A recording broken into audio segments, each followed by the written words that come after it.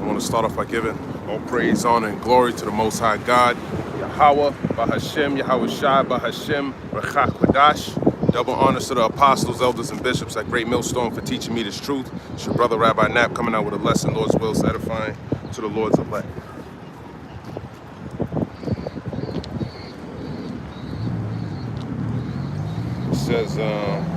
It says government shutdown, live updates, funding ends after Trump GOP Democrats fail to cut a deal. Of course, they blame it on the Democrats. It probably is their fault, but they can't come up with an agreement on it. They can come up with an agreement on anything, okay? Because they're not supposed to come up on an agreement,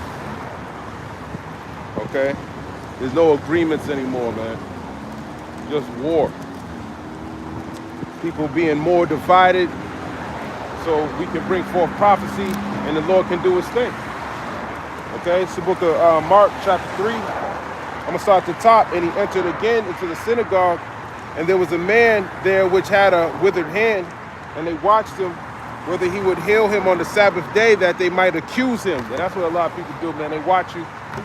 They watch you so they can accuse you, man. Just like Yahweh Shai, man. And we're going to be accused too, so hey, get used to it. Get comfortable with pointing the finger at, being numbered with the transgressors. You know, not having a home. Wrap your mind around that, man. The servant's not greater than his master. Okay, so we understand that from the scriptures.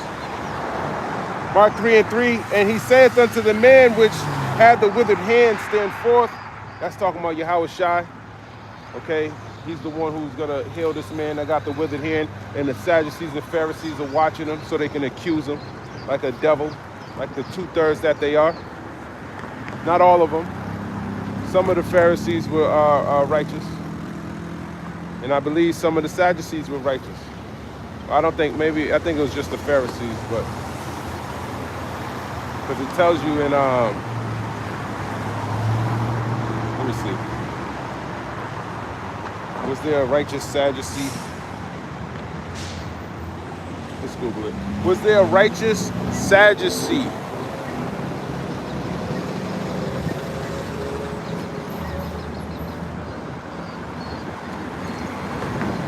No, the Sadducees described in the Bible were not considered righteous. Their actions in the Gospels were often depicted as corrupt, self-serving, and antagonistic to Yahweh Shai and his followers in their theological views, particularly their denial of the resurrection, further contrasted with what the Bible would later portray as righteous behavior.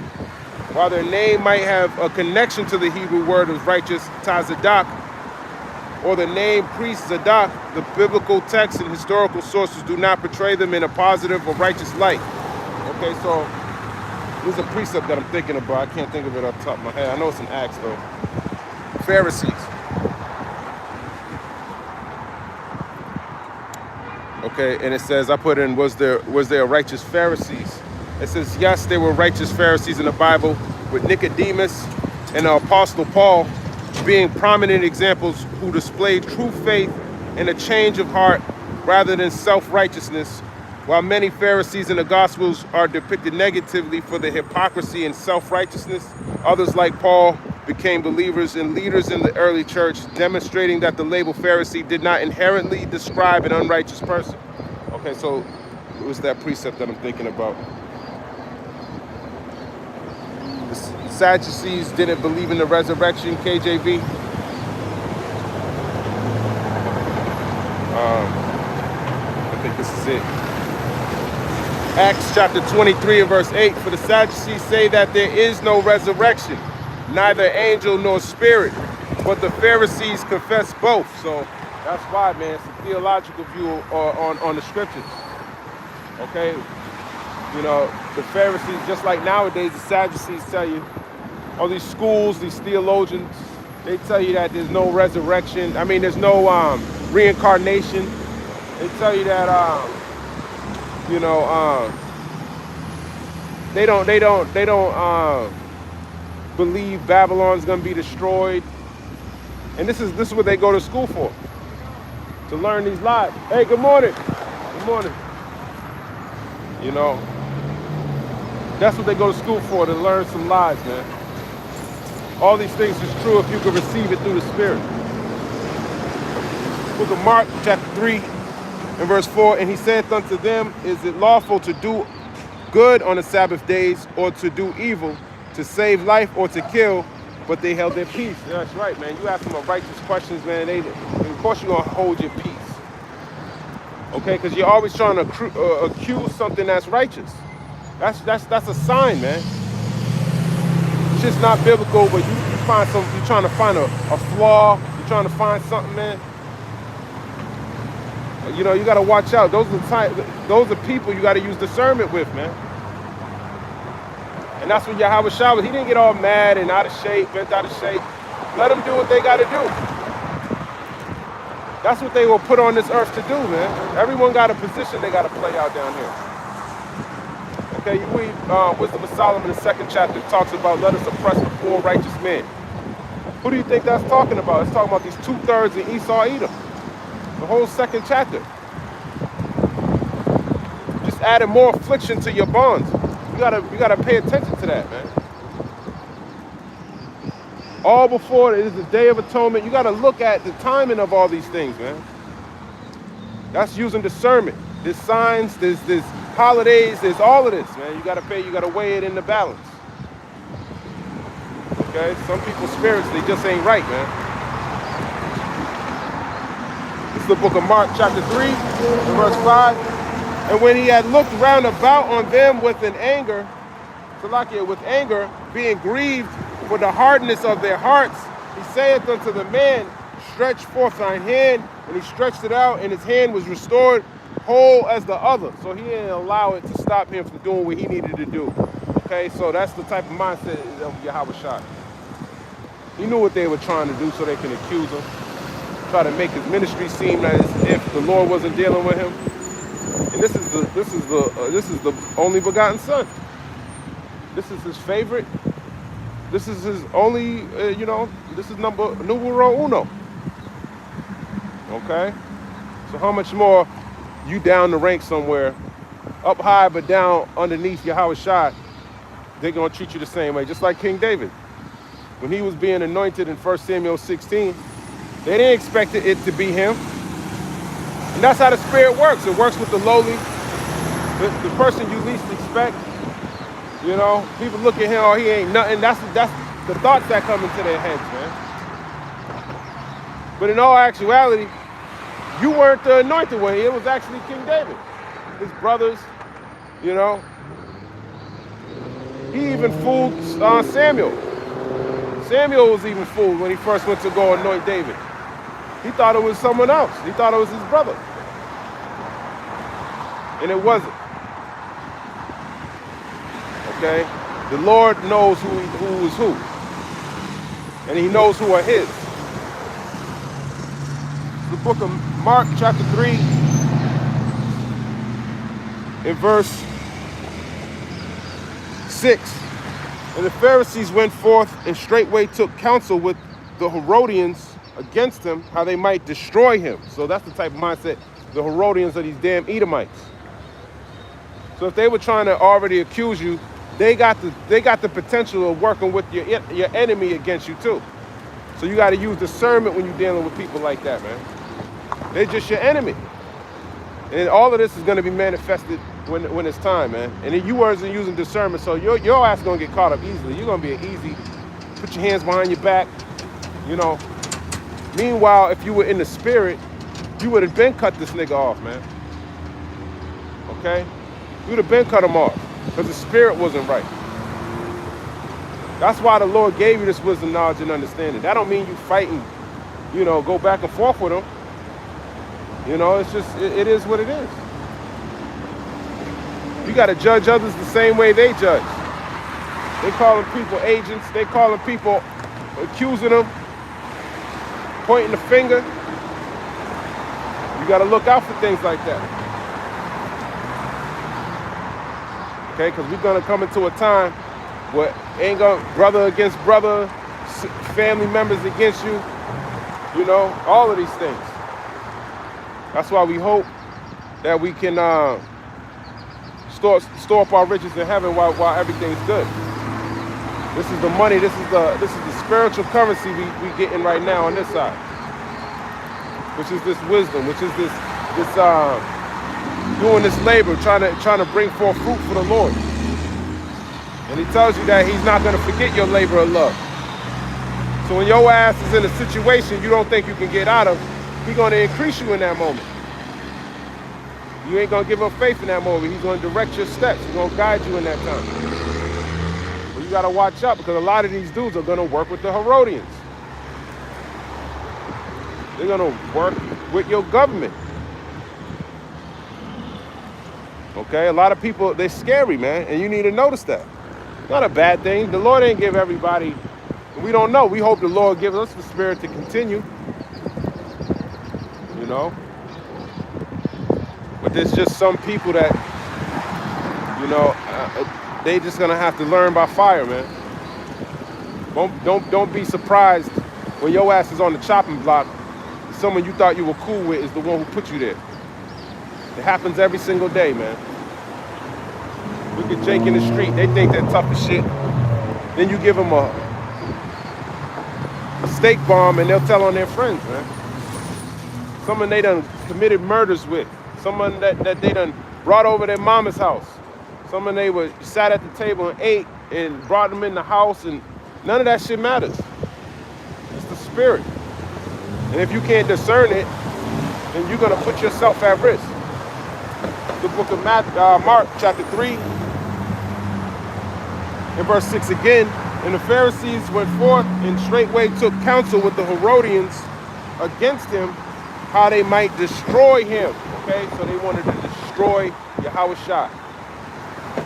Okay, Sadducees and the Pharisees. All right.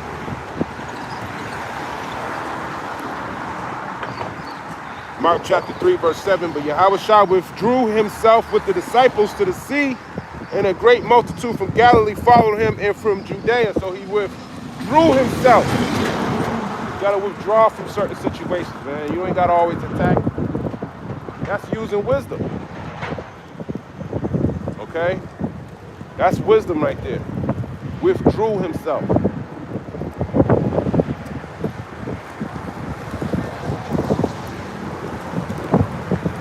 Mark chapter 3 verse 8, and from Jerusalem and from Idumea and from beyond Jordan, and they about Tyre, Sidon, a great multitude, when they had heard what great things he did, came unto him. And they're going to see it. Eventually, that's what's going to happen. You know? By your works. People are going to hearken unto you, man. If your works are righteous, if they're right, it's gonna manifest itself.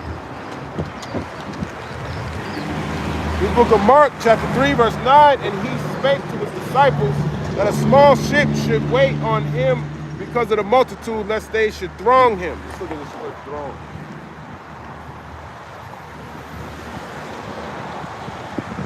Mark chapter 3, and verse 9. Mark chapter 3, verse 9. And it's this they should throng him. I think it means to scourge, but I want to double check.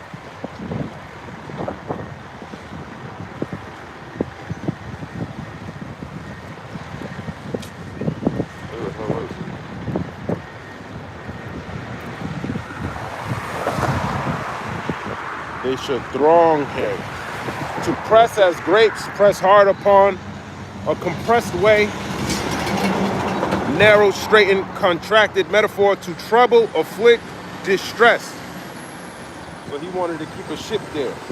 Mark 3 verse 19, let's get that. Mark 3 verse 19 meaning.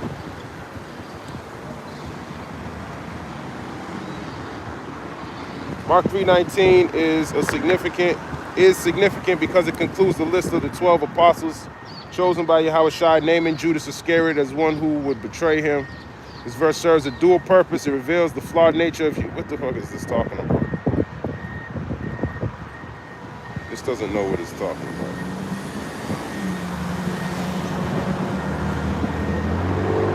Mark 3, verse 19, meaning. I'm in the wrong. This is Mark 3, verse 9. Salakia. Mark 3, verse 9, meaning. I don't know what the hell I'm talking about.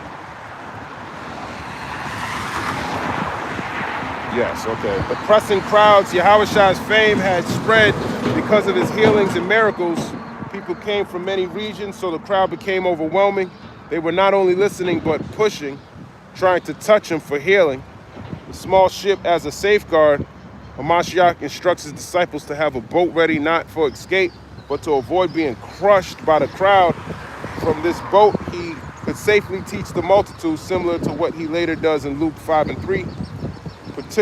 Practical wisdom in ministry. This shows Hamashiach's humility and foresight. Though he had divine power, he used practical means to continue teaching without interruption. It illustrates that ministry requires both spiritual power and practical care. Symbolic picture of the ship can also be seen spiritually. Hamashiach teaches from the vessel, separate yet accessible, symbolizing how his word goes forth to the multitudes.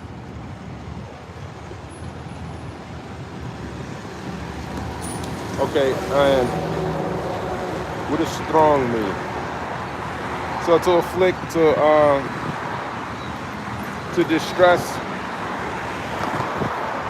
to compress, it says. So he was trying to not be all crowded by the people.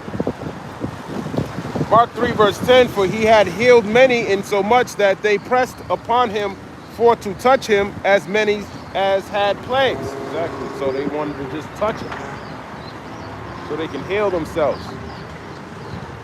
Okay? So I would try to get away so I can teach too. Because this is what the word is, the healing ointment that you need. That's why it needs to have free course. Sometimes you got to get away, man. Let this word go out freely. The book of Mark, chapter 3, verse 11, and unclean spirits, when they saw him, fell down before him and cried, saying, "Thou art the Son of God." That's right, man. Thou art the Son of God. So here's the multitudes understood that. But the Sadducees and the Pharisees, those who are very well versed in the scriptures, they couldn't see it. So there's knowledge, and then there's the spirit. Okay, a lot of people, they got knowledge, but they ain't got the spirit. Okay, and you got to discern between the two. Don't matter about how many precepts you have at the top of your head, man. No, is the Lord dealing with him or not? And that's not privy for everyone to know or not.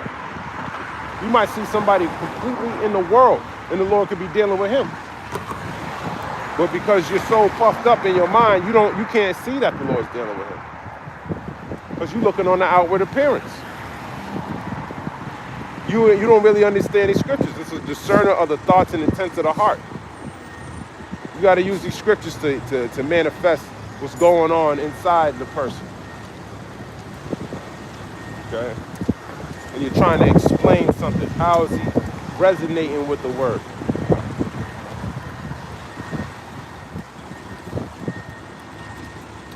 Simon Bar-Jonas.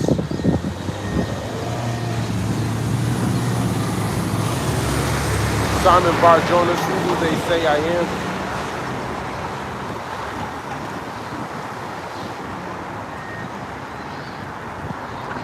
Mark 16, Matthew 16.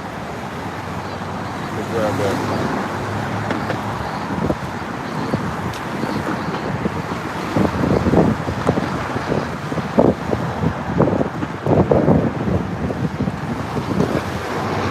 Matthew 16 and 13, when Yahushua came into the coast of Caesarea Philippi, he asked his disciples, saying, "Whom do men say that I, the Son of Man, am?" And they said, "Come say that thou art." Some say that thou art John the Baptist, some Elias, and others Jeremiah or one of the prophets. He said unto them, "But whom say ye that I am?" And Simon Peter answered and said, "Thou art the Hamashiach, the Son of the living power." And Yahushua answered and said unto him, "Blessed art thou, Simon Bar-Jonah, for flesh and blood have not revealed it unto thee, but my Father which is in heaven. So that's the only one who can reveal it to you. The Father. He probably wants you to be a demon, so to work on put that affliction on whoever he's dealing with. He don't want everyone to know who is who. If he did, he would have gave you that wisdom, knowledge, and understanding. Yahushua knew who he was. We don't know who we were. Okay? And the fact that Simon or Peter knew that was Yahushua shows you that the Father is in control of who knows what. Just like this crowd here. Mark 3:11, and unclean spirits, when they saw him, fell down before him and cried, saying, Thou art the Son of God. And he straitly charged them that they should not make him known. And he goeth up into a mountain and calleth unto him whom he would, and they came unto him. That's right, man. Let's go into that. Mark 3 and verse 13.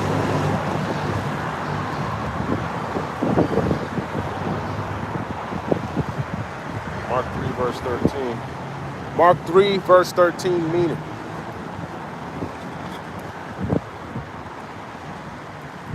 Yahushua going to a mountain and calling to himself the people he wanted, and from this group he appointed 12 disciples to be with him, to be sent out to preach and to have authority to cast out demons. That's right, man. So he chose who he wants, man. The Lord knows who are his. Ultimately, according to John the 17th chapter, the Lord gave those men unto him. Okay? That's what he did.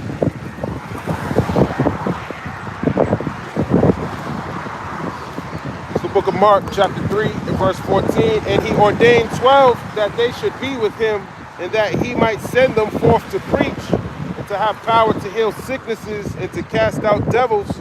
Simon he surnamed Peter, and James the son of Zebedee, and John the brother of James, and he surnamed them Boanerges.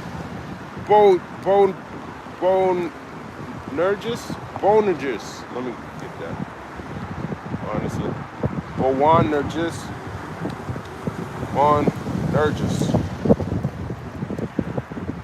Mark 3 verse 17. Boanerges. Mark 3 verse 17. How they pronounce it.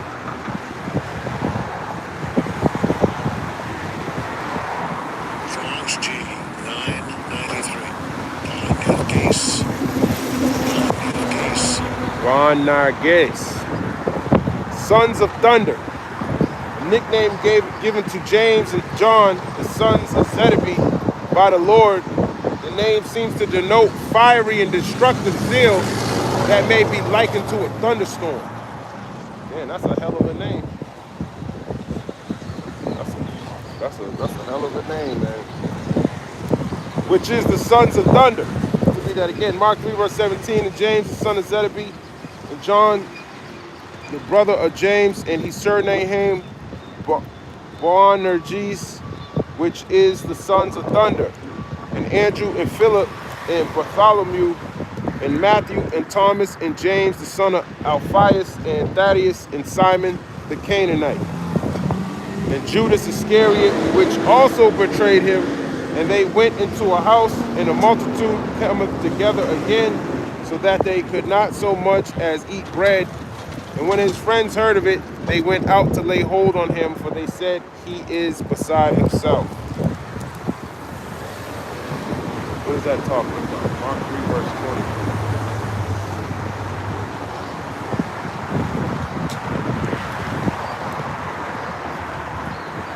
Mark 3 verse 20 meaning. Describes how Yahushua, surrounded by a large crowd, unable to eat, was also accused by his own family, who thought he was out of his mind. Meanwhile, scribes from Jerusalem accused him of casting out demons by the power. Yeah, that's later on. Okay. And Judas Iscariot, which also betrayed him, and they went into a house, and the multitude cometh together again, so that they could not so much as eat bread. And when his friends heard of it, They went out to lay hold on him, for they said, he is beside himself. And the scribes which came down from Jerusalem said, he hath Beelzebub, and by the prince of the devils casteth he out devils. And he called him unto him, and said unto them in parables, how can Satan cast out Satan? And if a kingdom be divided against itself, what kingdom? That kingdom cannot stand. And if a house be divided against itself, that house cannot stand. And that's what we're saying now. Okay? He's speaking under you in the parables, man. Satan can't cast out Satan, man. That's him casting out himself. Okay? So when they see you see a government shutdown, that's him casting himself out. Let Satan cast out Satan. A house divided cannot stand. That's why we tell you about the civil war, civil unrest, and societal breakdowns. More protests, higher prices in food, job losses. As a matter of fact, the Duck said he was trying to make them lose jobs before they even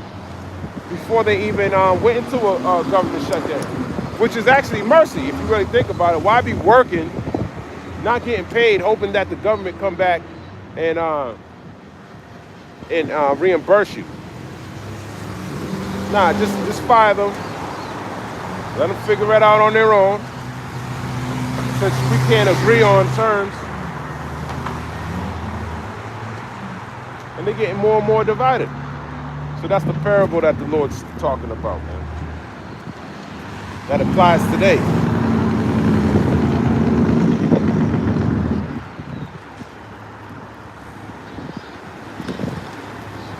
Mark chapter 3 and verse 26. And if Satan rise up against himself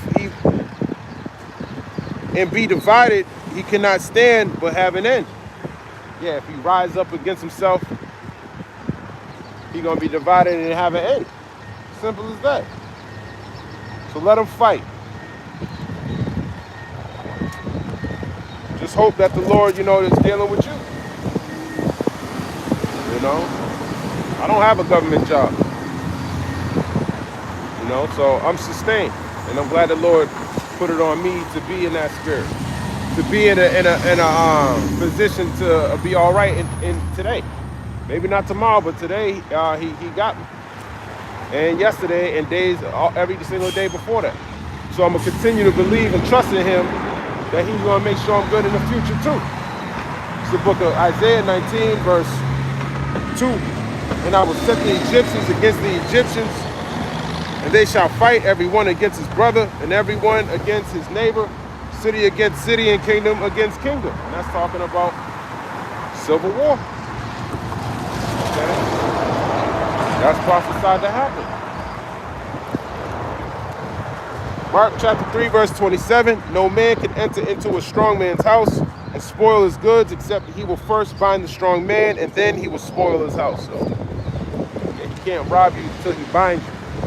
Someone about to rob your house, he's going to fight your ass if you come up in his house. But if you can get him down, now you can spoil his goods. Okay? And that's what Esau's going to do with you. He's going to bind you with this MOTB and spoil you, your salvation, and any help or hope for you in the future. That you're fully relying on the beast, and the beast is going to lose. It's already prophesied. A lot of you are liking on the beast because you lack understanding. In Ecclesiastes, the 3rd chapter, says he's going to manifest it to you that you are a beast. He's going to manifest it when you take the mark of the beast. That proves you're a damn beast. You don't have the understanding of Yahweh Ba'ashem Yahushua. Jeremiah talks about a group of people who he ain't sent, but yet they ran. They had his name in their mouth and they ran. Matter of fact, let me grab that. So it's not just the name, it's enduring to the end. It's truly believing in what's being said here. Okay. Okay. They ran. Where is that? Jeremiah 23.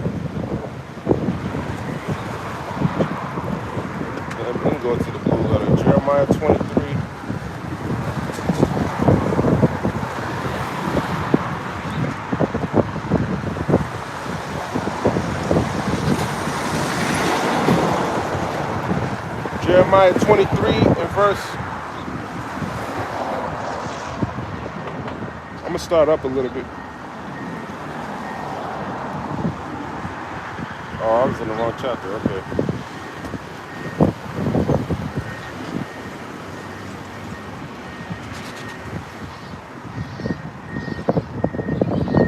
Jeremiah 23 and 9. My heart within me is broken because of the prophets.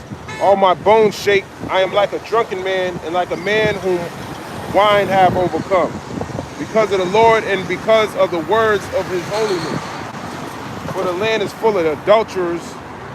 For because of swearing the land mourneth. The pleasant places of the wilderness are dried up, and their course is evil, and their force is not right. For both prophet and priest are profane. Yea, in my house have I found their wickedness, saith the Lord. Wherefore their way shall be unto them as slippery ways in the darkness. They shall be driven on and fall therein. For I will bring evil upon them, even the year of their visitation, saith the Lord. And I have seen folly in the prophets of Samaria. They prophesied in Baal and caused my people Israel to err. I have seen also in the prophets of Jerusalem a horrible thing. They commit adultery and walk in lies. They strengthen also the hands of evildoers, that none doeth return from his wickedness. They are all of them unto me as Sodom, and the inhabitants thereof as Gomorrah. He's talking about the prophets. Therefore, and it is those same prophets. How you doing? The false prophets are all that's their lot too. Putting those wicked ass spirits on people. Got them coming up against their own brother like he's the fucking enemy, man. And he's trying and striving to do his best. People ain't gonna walk perfectly like Yahweh Shai in the street, man. People are gonna make mistakes. And you got this nigga right here ready to kick you as soon as you fall. You gotta watch out for that. There's nothing wrong with reproving, rebuking a brother. But if you find yourself always reproving and rebuking somebody else, what about yourself? You ain't at the time. It should be reproving and rebuking yourself, because you're the damn demon that the Lord's talking about, man. The sinners in Zion. That's what he's talking about. Supposed to come out here with a pure heart, man. Fight your damn demons, man. Stop being a damn, soft fucking. You can tell when somebody got some nagging bitch around them, because they get like that. They get the spirit of their woman on them, and they bring that shit into the ministry. Nobody want to hear that bull, that feminine mindset, man. Check your woman and get her in order. If not, she gotta go. Simple as that. But if you can't do that, you out here teaching the ministry and your house ain't in order, the Lord's gonna get your ass for that. Okay? Putting a weak ass spirit on people. Jeremiah 23 and verse 15. Therefore, thus saith the Lord Yahweh, by Hashem Yahushua of hosts, concerning the prophets, behold, I will feed them with wormwood and make them drink the water of gall. For from the prophets of Jerusalem is profaneness gone forth into all the land. Yeah, that's that bitter water, man. You're gonna drink that bitter water. That more affliction that gets turned up on you, you kind of sweet. You still somewhat comfortable, man. You ain't fully been given over to nothing really happening to you. That shit about to stop. That shit about to end, man. When that affliction get turned all the way up, we gonna see what you really believe in, man. Okay? You can hide, but you can't run from the Lord, man. You can't run from it. I hope you prepared for that mentally, man. Honestly, I truly hope you are. Because what the Lord is coming to do, it ain't nothing, there's nothing sweet about it, man. Nothing sweet about it. It's just like a Jake, in my opinion. This is the Most High. Sometimes when Jake coming to get your ass, he's coming to get you, man. And there's nothing you can tell him. And that's how the Lord's coming. He's coming with no pity, no mercy. You didn't want to repent. You didn't want to take the correction. You didn't want to correct yourself. You didn't want to put on a new man. The Lord's going to see that.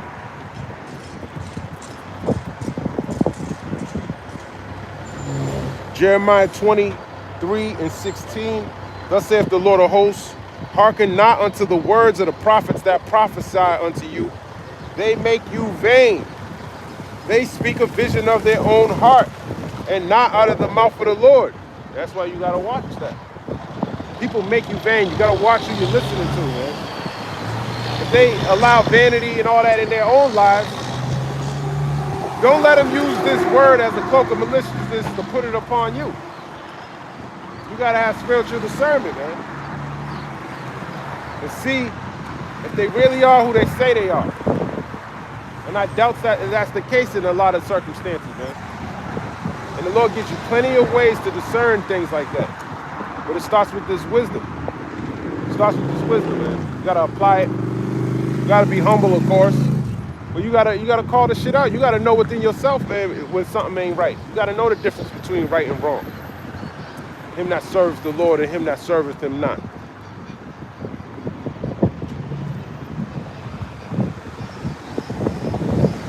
Jeremiah 23 verse 17, they say, still unto them that despise me, the Lord hath said, ye shall have peace. And they say unto everyone that walketh after the imagination of his own heart, no evil shall come upon you. Right. And you do that, sometimes it's what you're saying. You might not be verbatimly saying that, but your actions say that too. The way you treat other brothers, your actions speak louder than your words, man. Okay? You one way with this group, you another way with somebody else, you're a damn chameleon. You gotta watch out for people like that, man. Over here, nobody likes you. You go over there, and now you get some ego boost. Why don't you go fix yourself, man? Fix yourself. Work on yourself, man. It's not hard, man. Spend some time alone. Sit down. Block out all the noise. Get into these scriptures. And the Lord could deal with you, man. The Lord could be dealing with you, man. But you got too much distractions, too many noise. You got a bitch in your right ear. You got some false nigga in your left ear. And you got Esau in the front. You got some bullshit in the back, man. You know, you're always being distracted on all sides. There's always something to distract you. Cut all that shit off and get to know the Lord, man.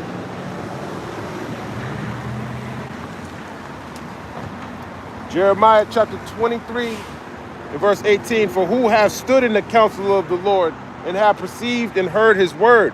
Who have marked his word and heard it? Let's look at this word, marked. Have marked. To hear, be attentive, heed, incline of ears, attend of ears, hearken, pay attention. You gotta pay attention, okay? That cost, that's your currency, man. The time you spend not paying attention to the Lord, you spent that somewhere else. Who actually got the counsel?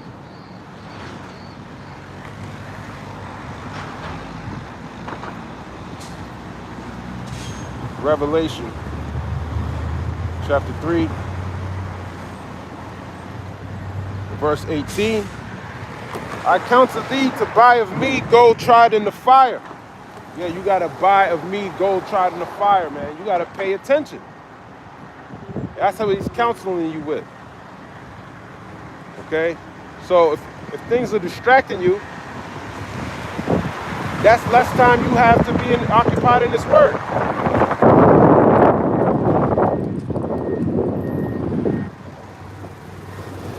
Revelation 3 verse 18, I counsel thee to buy of me gold tried in the fire, and that's twofold.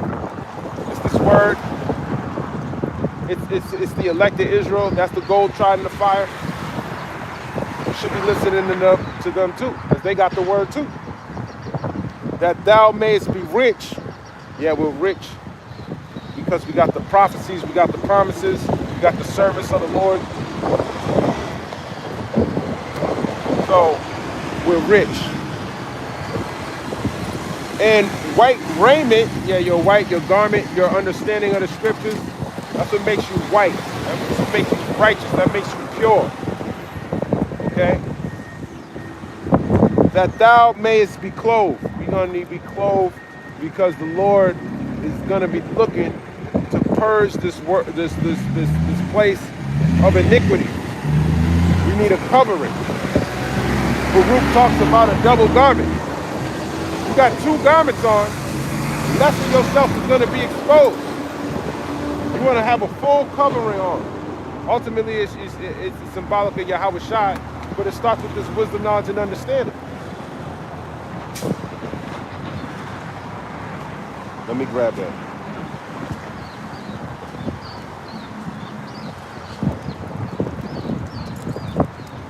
Let me grab that. I forgot where that's at.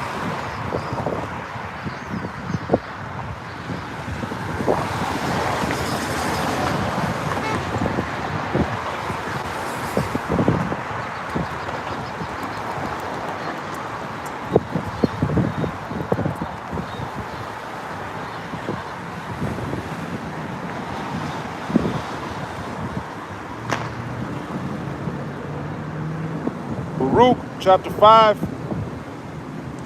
in verse 1, put off, O Jerusalem, the garment of thy mourning and affliction, and put on the comeliness of the glory that cometh from God forever.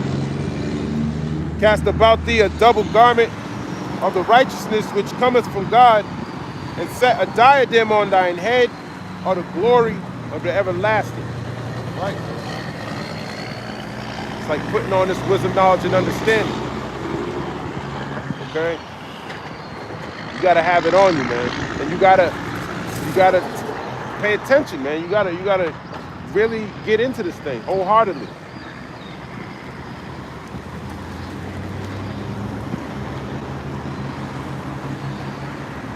Revelation 3 verse 18, that thou mayest be clothed, and that the shame of thy nakedness do not appear. Okay, that's what the double garment's going into too.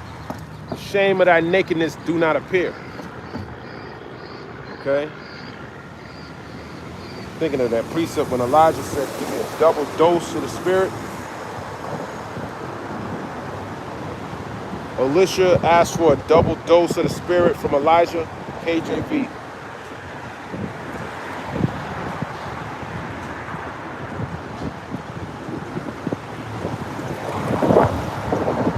And anoint thine eyes with eye salve that thou mayest see. That's the understanding. It's the ointment so you can see. Okay.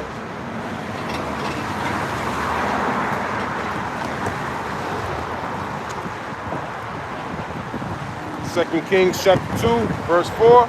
And Elijah said unto him, Elisha, tarry here, I pray thee, for the Lord hath sent me to Jericho. And he said, as the Lord liveth, and as thy soul liveth, I will not leave thee. So they came to Jericho. And the sons of the prophets that were at Jericho came to Elisha and said unto him, knowest thou that the Lord Yahweh will take away thy master from thy head today? And he answered, yea, I know it. Hold ye your peace. And Elijah said unto him, tarry, I pray thee here, for the Lord hath sent me to Jordan. And he said, as the Lord liveth, and as thy soul liveth, I will not leave thee. And they too went on. 50 men of the sons of the prophets went and stood to view afar off, and they too stood by Jordan. And Elijah took his mantle and wrapped it together and smote the waters, and they were divided hither and thither, so that they too went over on dry ground. And it came to pass, when they were gone over, that Elijah said unto Elisha, ask what I shall do for thee before I be taken away from thee. And Elisha said, I pray thee, let a double portion of thy spirit be upon me. That's right, man. You want a double dose of that spirit. Okay? And who was he following? Elijah. All right? That was his head. That was his garment.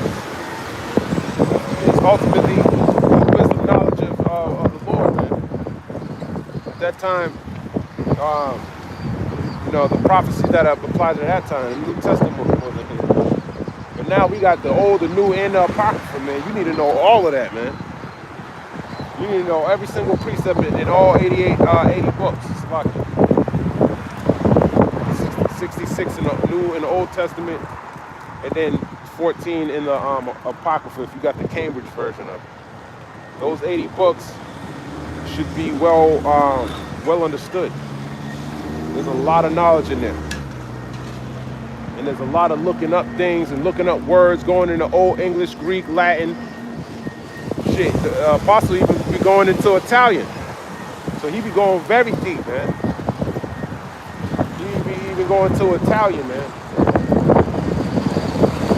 You know, I ain't there yet, but you know, I hope I get the spirit to go into all these things, man. And then it just opens it up even more to you. Okay, and the Lord's not going to give you that type of mindset if you ain't really seeking Him. You're not gonna have a double garment, man. You're gonna have one garment on that shows you're an Israelite. Your regular garment. This right here, this is nothing, man. This is vanity. Okay? It's vanity because all of it is really Yahweh Shai. You should be thinking about Yahweh Shai. Okay? The outward performance is not what the Lord's looking at. Don't be deceived by things like this. Okay? The fringes need to be in your mind and your understanding. This blue ribbon needs to be on you spiritually. You need to have this law inside you in your spirit. You need to have your garment on spiritually. A double garment. Things you do outwardly, hey man, it might work for some people, man, but ultimately the Lord's watching. Okay? The Lord's watching. Am I done with that? I'll finish a little bit more. And 2 Kings 2:10, and he said, thou hast asked a hard thing. Nevertheless, if thou see me, when I am taken from thee, it shall be so unto thee, but if not, it shall not be so. That's right. Thou see me, you're gonna have to stay here, man, if you want that double garment. That double dose of the spirit, he said, I should say. Where the doorsteps of his something like that. Did I get it? Sirach 6.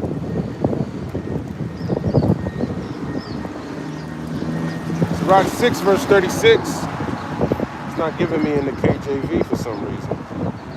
I'll read it in the GNT. It says, if you find someone with understanding, get up early to call on him, wear out his doorstep with your physics. That's right, man. Wear them out, man. You got the apostles and elders. You find someone giving you understanding, wear those doorsteps out, man. Utilize these men who've been doing this a lot longer, who are studied, who still study, who still are diligent. And use the tools that they're using to get to the conclusions that they're getting to. Showed you the Bible Hub. He showed you the interlinear, looking into the words, going into the etymology.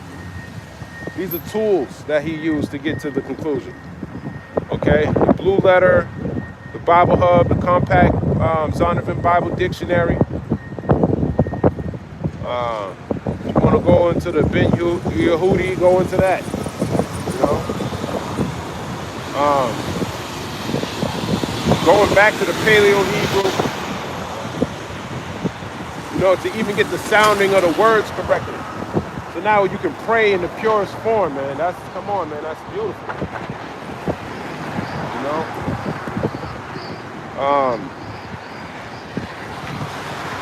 I think I said the Bible Hub. There's a lot of different commentaries. And now you got AI. You got it all, man, at your disposal. There's no excuse not to learn something, man. I mean, it ain't always right. The Blue Letter ain't always right. And shit, sometimes the brothers even go off every now and again, but the Spirit is going to guide you and lead you into all wisdom, knowledge, and understanding. Okay? That's what you should be using this time for. Getting into the riches, the depth of these riches. Get it into your bag. I don't know why it's not getting into the KJV. Let's go right here. I got it here. Sirach 6:36. And if thou seest a man of understanding, get thee betimes unto him, and let thy foot wear the steps of his door. You're supposed to be around somebody. That's why Elisha was following Elijah. He was a man of understanding. He was a man of Yahweh Ba'ashim Yahushua. Ecclesiastes 6 in verse. Let me read up a little bit.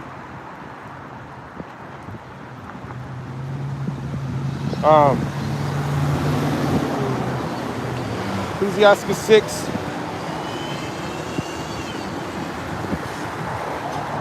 Man, this whole chapter is fucking beautiful. I'm just going to jump down.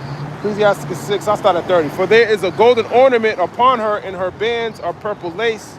Thou shalt put her on as a robe of honor, and shalt put her about thee as a crown of joy. And that's the wisdom, knowledge, and understanding. Okay? Going back to that crown on your head and the double garment. My son, if thou wilt, thou shalt be taught. And if thou wilt apply thy mind, thou shalt be prudent. Okay, so you got to apply your mind. All right, so you can be prudent, so you can foresee the future. You have foresight. Discernment, ultimately. Okay, that's you being stable in the time. Especially in times of distress, you're going to be stable in that time.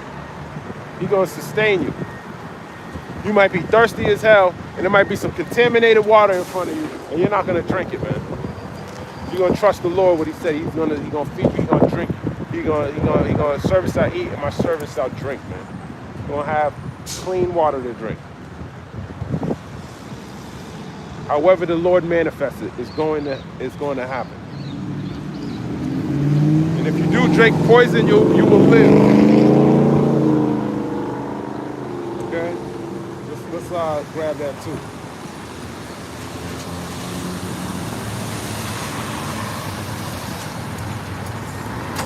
Drink poison and live, KJV.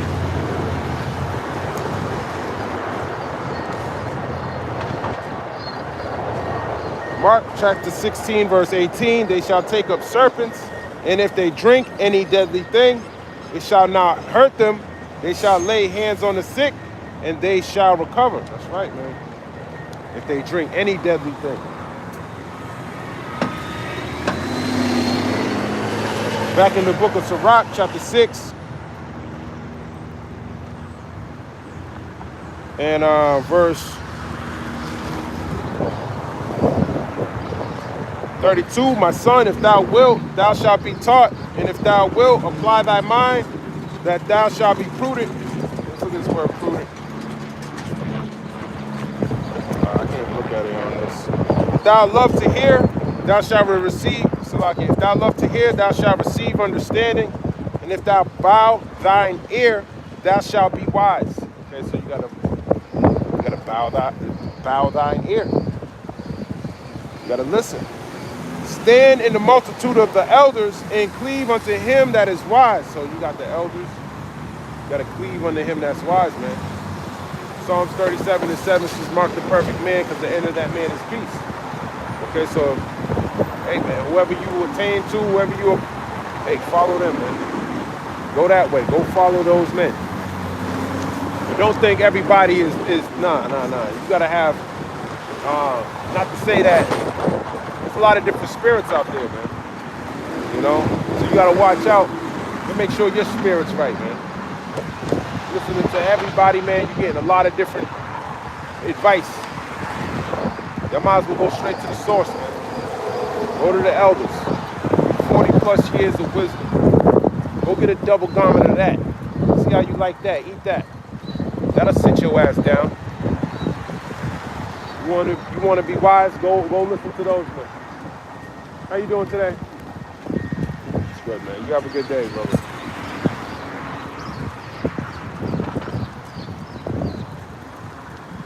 Okay.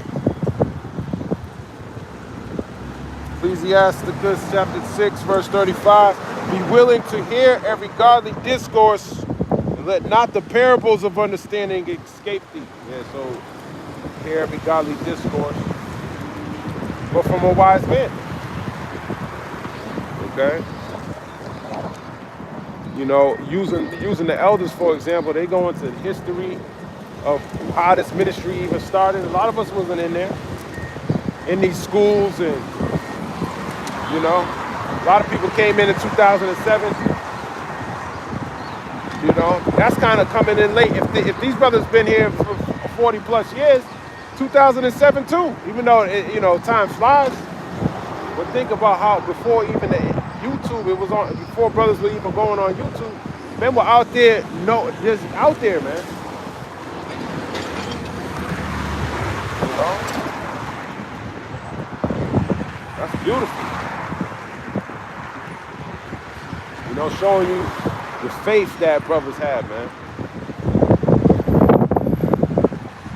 Okay?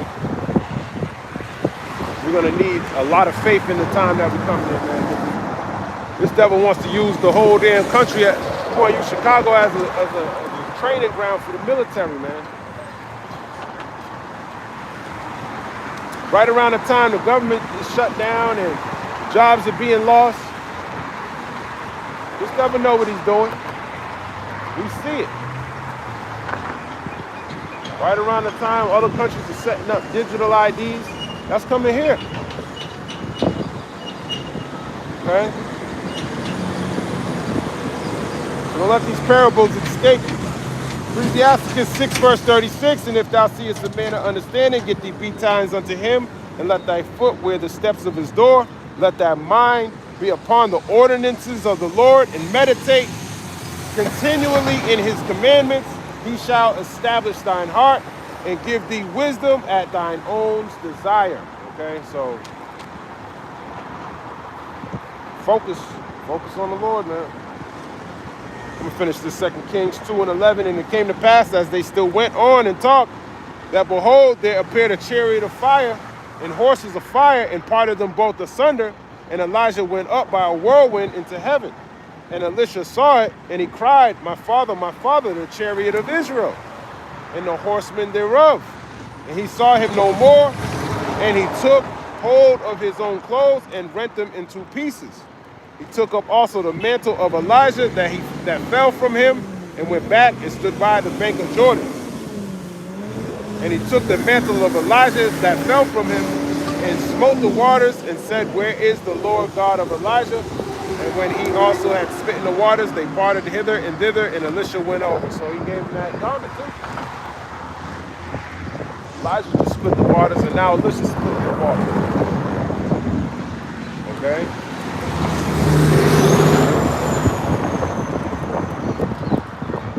And Elisha was a man of the Lord too.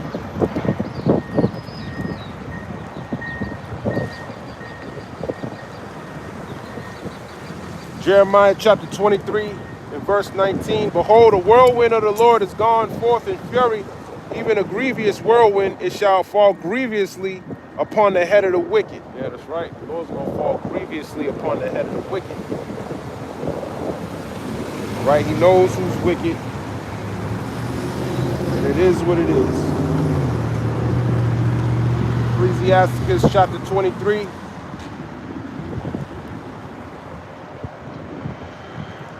In verse 16, two sorts of men multiply sin, and the third will bring wrath.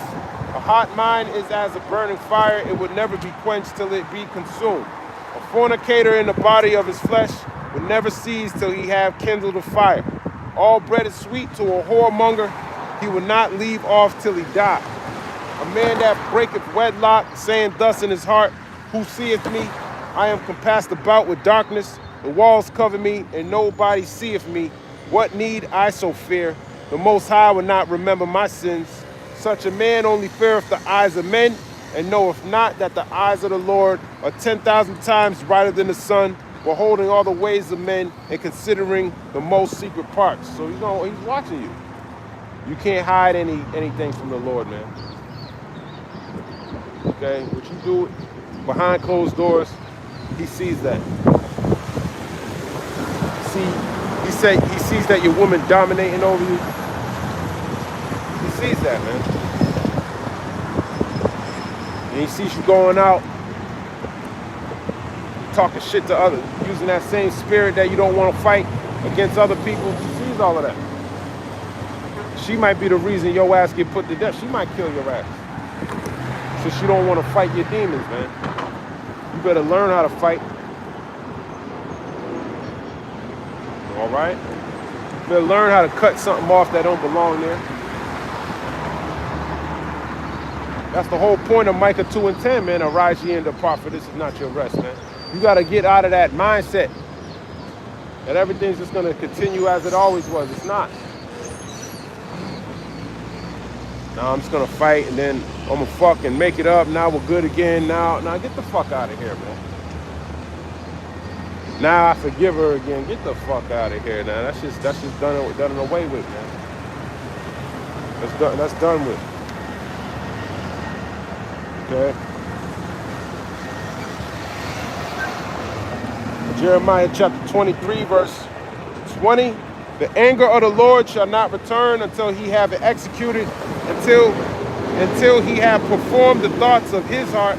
In the latter days ye shall consider it perfect. We in the latter days. You're going to consider it perfect. The Lord start judging these wicked prophets that are out there, man. Wicked for a multitude. It's not all about false doctrine, man. He sees who you are in your personal life. Don't think you got to be out here talking about peace and safety in order for the Lord to judge your ass, man. He knows if you're disobedient or not, and he knows the spirit of a man. Okay? Jeremiah 23 and verse 21. I have not sent these prophets, yet they ran. I have not spoken to them, yet they prophesied. That's right. He ain't send them. They took it upon themselves. And you know how that he ain't sent them? Because ultimately they're not obedient. They're not obedient. When I don't see Yahweh Shai, you're supposed to see Yahweh Shai. That's the example. Okay, they should be bringing you to him. If they bringing you into some worldly way of thinking, man, the Lord ain't send them. The Lord ain't send them, man. He got you thinking like just the common folk, bringing that worldly view inside the ministry. The Lord ain't send them.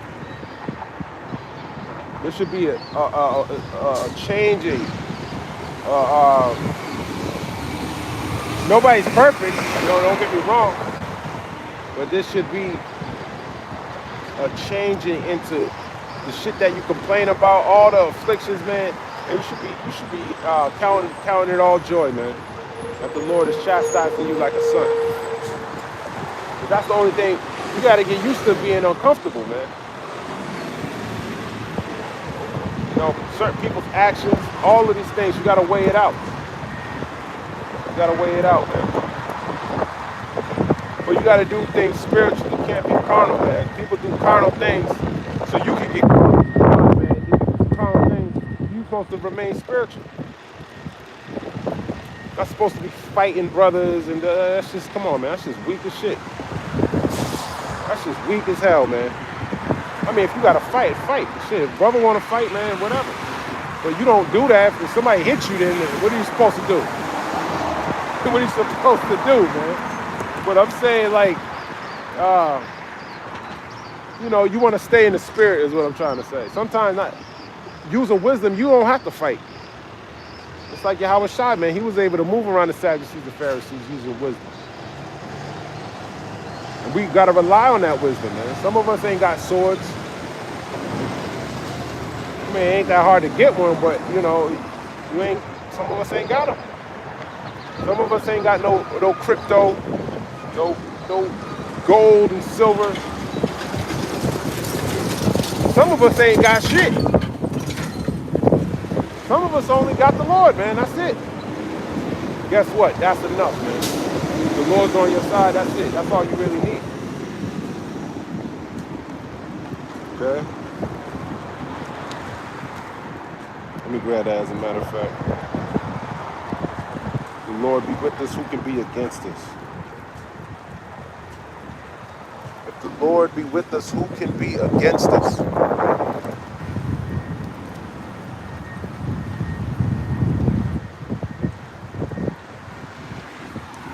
This is in the book of Romans, chapter 8.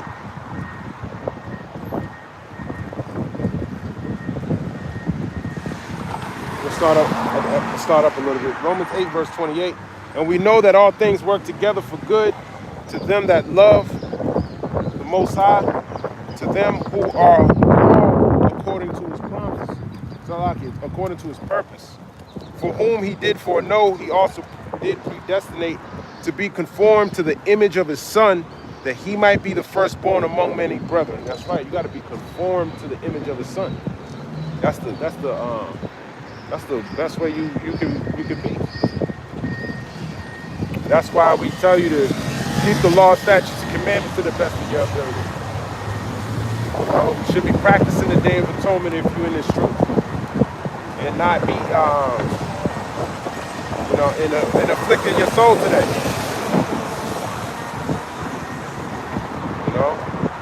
And asking the Lord for mercy, praying, putting up prayers for yourself, your family, and things that you love, all of that.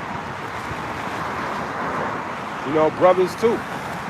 Putting up prayers for brothers, get these demons off brothers so they can be all right in their ministry, so they can continue to have free course with the ministry, that they can keep going and doing the work, and they don't faint. Those prayers should be going up. I'm sure they are. A lot of those prayers are going up. And we hope some of those prayers are answered for the elect. Okay.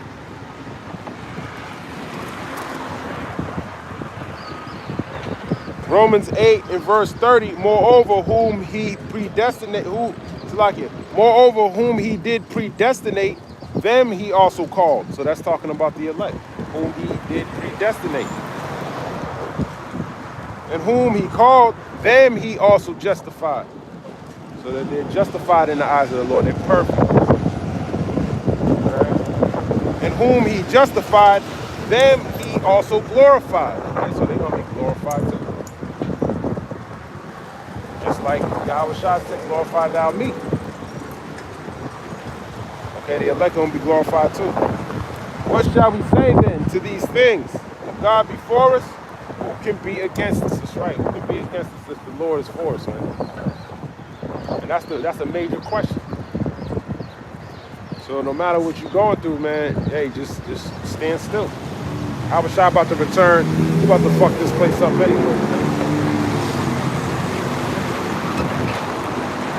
Lord's will, this was edifying. I want to give all praise, honor, and glory to the Most High God, Yahweh.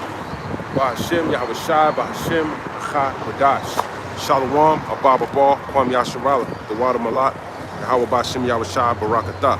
Shalom.